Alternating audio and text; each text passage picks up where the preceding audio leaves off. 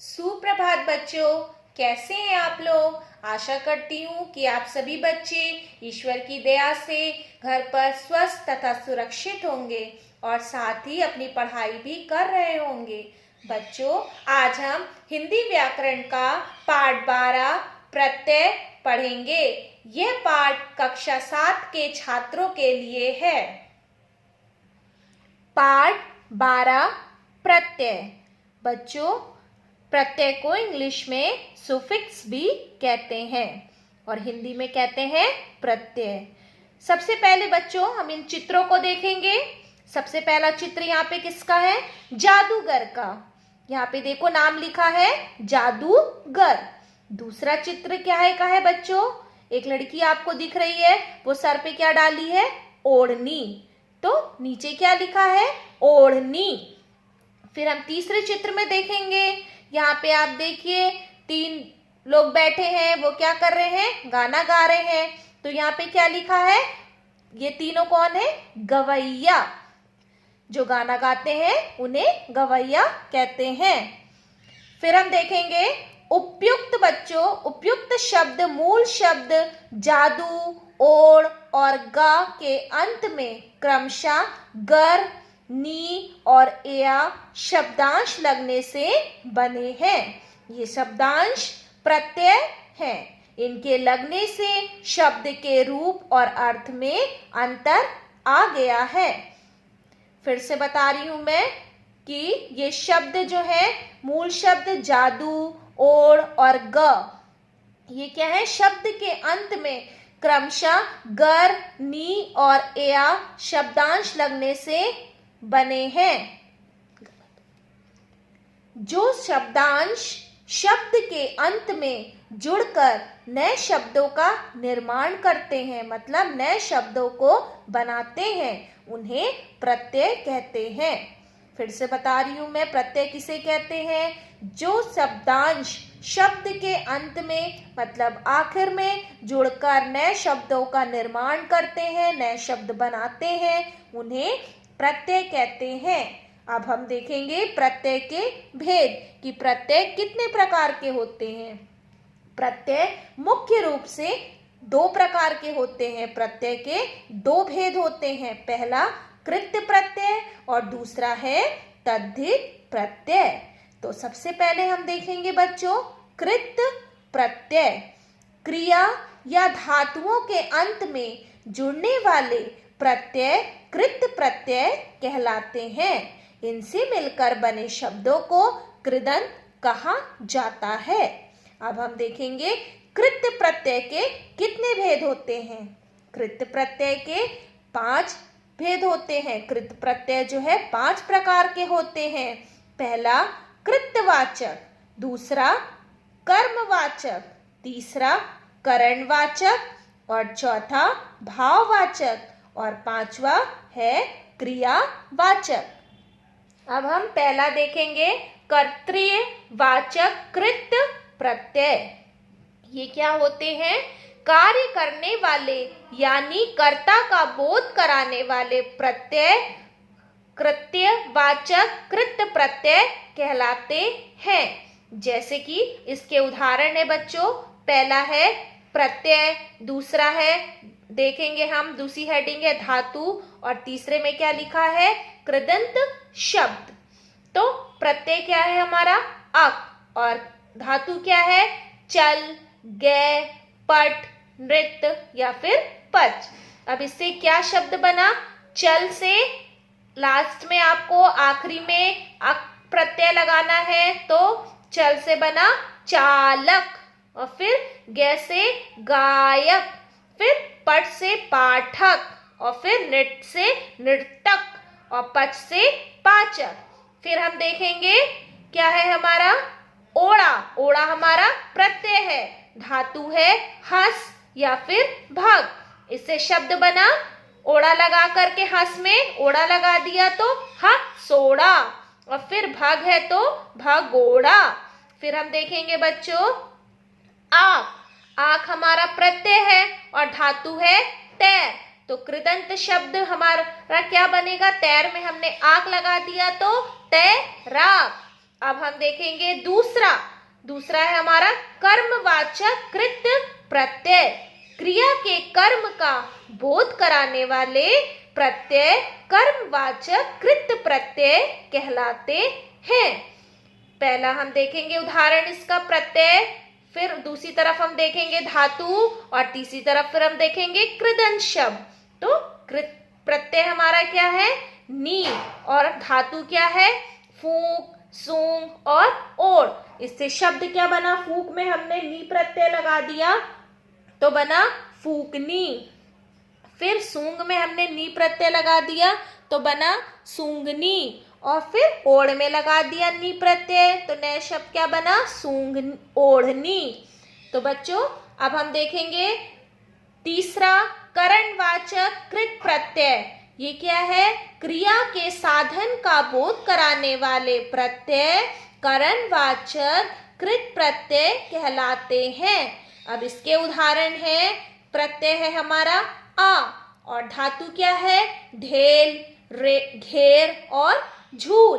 और इसका कृदंत शब्द क्या है? ढेल का में आ प्रत्यय लगा दिया तो ढेला, घेर में आ प्रत्यय लगा दिया तो घेरा, और झूल में आ प्रत्यय लगा दिया तो झूला।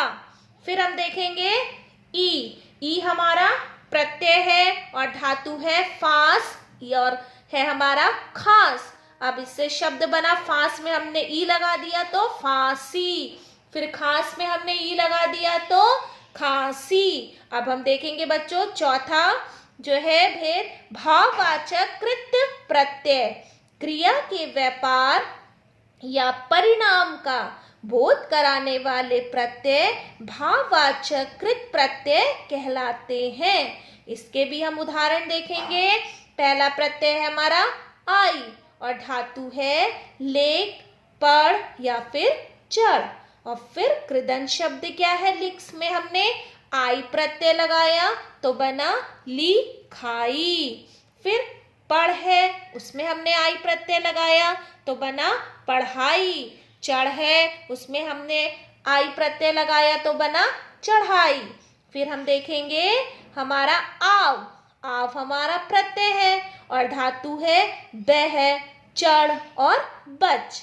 अब हम क्या शब्द बनाएंगे? बह में आव प्रत्यय लगाएंगे आखिर में तो बना बहाव। फिर चढ़ में चढ़ाव, और फिर बच से बचाओ। फिर हम देखेंगे पांचवा है हमारा क्रियावाचक कृत प्रत्यय। क्रिया करने के भाव को प्रकट करने वाले प्रत्यय क्रियावाचक प्रत्यय कहलाते हैं। इसके उदाहरण है, प्रत्यय हमारा आ, और फिर धातु क्या है हमारी? चल, खेल या फिर मिल। इससे कृदंत शब्द क्या बना? चल से आ प्रत्यय लगाया हमने चल में तो बना चल से चला। फिर खिल में हमने आ लगाया तो खिला, और मिल में हमने लगाया तो मिला। फिर हम देखेंगे बच्चों ता हमारा प्रत्यय है, धातु है बह, चल, खिल और लिख, फिर भाग। फिर कृदंत शब्द क्या बना? बह में ता हमने लगाया तो बहता। फिर चल में हमने ता प्रत्यय लगाया तो चलता। लिख में लगाया तो लिखता, और भाग में फिर ता हमने प्रत्यय लगाया तो भागता। फिर हम बच्चों देखेंगे, पहले अभी हमने देखा कृत प्रत्यय, अब हम देखेंगे, और हमने कृत प्रत्यय के 5 भेद भी देखे। अब हम देखेंगे तद्धित प्रत्यय। तद्धित प्रत्यय क्या है?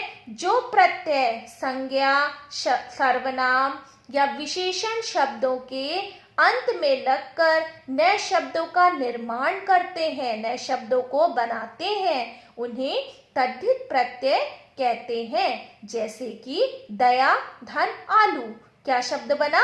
दयालु। फिर नमक, धन, इन, तो इससे क्या शब्द बना नया? नमकीन। इसी प्रकार से और भी शब्द बनते हैं। फिर हम देखेंगे बच्चों तद्धित प्रत्यय के भेद। अब हम देखेंगे तद्धित प्रत्यय के कितने भेद होते हैं।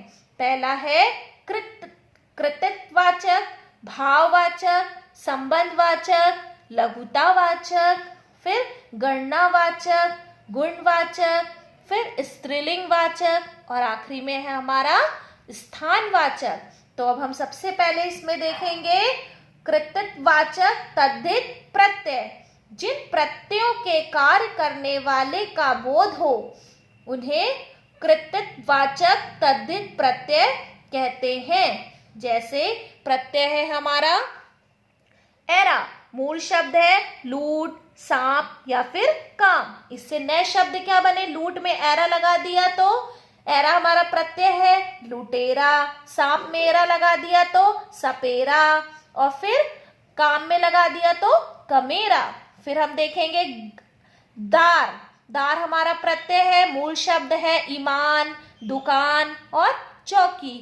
फिर ईमान में हमने दार प्रत्यय लगा दिया तो नया शब्द क्या बना, ईमानदार। दुकान में लगाया हमने दार प्रत्यय तो बना दुकानदार। फिर चौकी में हमने दार प्रत्यय लगाया तो बना चौकीदार। फिर हम देखेंगे दूसरा भाववाचक तद्धित प्रत्यय। जिन प्रत्ययों के योग से भाववाचक संज्ञाएं बनती हैं वे भाववाचक तद्धित प्रत्यय कहलाते हैं। जैसे प्रत्यय है हमारा ता और मूल शब्द है लघु, प्रभु, मधुर। तो उससे नए शब्द क्या बने, लघु में ता प्रत्यय लगाया तो लघुता, प्रभु में ता प्रत्यय लगाया तो प्रभुता, और मधुर में हमने ता प्रत्यय लगाया तो मधुरता। उसी प्रकार से बच्चों आहट, आहट हमारा प्रत्यय है, मूल शब्द है चिकना, गरम और कड़वा। इससे नया शब्द बना, चिकना में हमने आहट पर प्रत्यय लगाया तो बना चिकनाहट, गरम में हमने आहट प्रत्यय लगाया तो बना गर्माहट, और फिर कड़वा में हमने आहट प्रत्यय लगा तो बना कड़वाहट। फिर हम देखेंगे संबंधवाचक तद्धित प्रत्यय।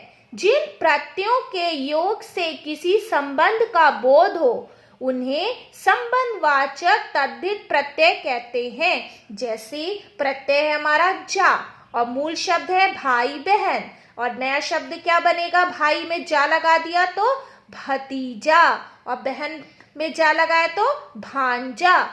फिर हम देखेंगे हमारा क्या है आल प्रत्यय। फिर मूल शब्द है हमारा ससुर और नाना, तो ससुर में हमने आल लगा दिया तो बना ससुराल, और नाना में लगा दिया तो ननिहाल। फिर हम देखेंगे हमारा चौथा भेद है लघुतावाचक तद्धित प्रत्यय। छोटा या लघुता का बोध कराने वाले प्रत्यय लघुतावाचक तद्धित प्रत्यय कहलाते हैं। जैसे प्रत्यय है ई और मूल शब्द है टोकरा, पहाड़, रस्सा, तो टोकरा से बना ई लगा दिया प्रत्यय तो टोकरी। फिर पहाड़ में ई लगा दिया प्रत्यय तो बना पहाड़ी, और फिर रस्सा है, रस्सा में ई प्रत्यय लगा दिया तो बना रस्सी। फिर हम देखेंगे पांचवा गणनावाचक तद्धित प्रत्यय। जिन प्रत्ययों से गणना का बोध हो उन्हें गणनावाचक तद्धित प्रत्यय कहते हैं। जैसे प्रत्यय हमारा हरा, मूल शब्द है एक, दो या तीन, नया शब्द बना एक से एक हरा, दोहरा या तिहरा। फिर हम देखेंगे छठा गुणवाचक तद्धित प्रत्यय। गुण का बोध कराने वाले प्रत्यय गुणवाचक तद्धित प्रत्यय कहलाते हैं। जैसे प्रत्यय है आ, मूल शब्द है प्यार, भूख, प्यास, तो प्यार में हमने आ लगा दिया तो प्यारा, भूख में हमने आ प्रत्यय लगाया तो भूखा, प्यास में हमने आ प्रत्यय लगाया तो प्यासा। फिर हम देखेंगे सातवां भेद स्त्रीलिंग वाचक तद्धित प्रत्यय। स्त्रीलिंग का बोध कराने वाले प्रत्यय स्त्रीलिंग वाचक तद्धित प्रत्यय कहलाते हैं। जैसे ई प्रत्यय है हमारा, मूल शब्द है बेटा, चाचा, लड़का, नया शब्द बना बेटा में ई प्रत्यय लगाया तो बेटी, चाचा है तो ई प्रत्यय लगाया तो चाची, लड़का है उसमें ई प्रत्यय लगाया तो लड़की। फिर आखिरी हमारा स्थानवाचक तद्धित प्रत्यय। स्थान का बोध कराने वाले प्रत्यय स्थानवाचक तद्धित प्रत्यय कहलाते हैं। जैसे प्रत्यय है ईया, मूल शब्द है मुंबई, जयपुर, नया शब्द बना मुंबई से ईया प्रत्यय लगाया मुंबईया, जयपुर में ईया प्रत्यय लगाया तो जयपुरिया। तो बच्चों अब इस पाठ में हमने क्या पढ़ा वो एक बार हम देखेंगे। शब्दों के अंत में लगकर नए शब्द बनाने वाले शब्दांश प्रत्यय कहलाते हैं। प्रत्यय मुख्य रूप से दो प्रकार के होते हैं, कृत प्रत्यय और तद्धित प्रत्यय। धातुओं के अंत में लगने वाले प्रत्यय कृत प्रत्यय कहलाते हैं। कृत प्रत्ययों से बने शब्दों को कृदंत कहते हैं। संज्ञा, सर्वनाम, विशेषण आदि के अंत में जुड़कर संज्ञा, सर्वनाम, विशेषण बनाने वाले प्रत्यय तद्धित प्रत्यय कहलाते हैं। आशा करती हूँ बच्चों कि मैंने आपको आज का ये पाठ 12 प्रत्यय पढ़कर समझाया, आप लोगों को समझ में आ गया होगा। अब मैं आपको इसी पाठ से संबंधित कुछ कक्षा कार्य दे रही हूँ, जिसे आप अपनी कॉपी में करेंगे। धन्यवाद।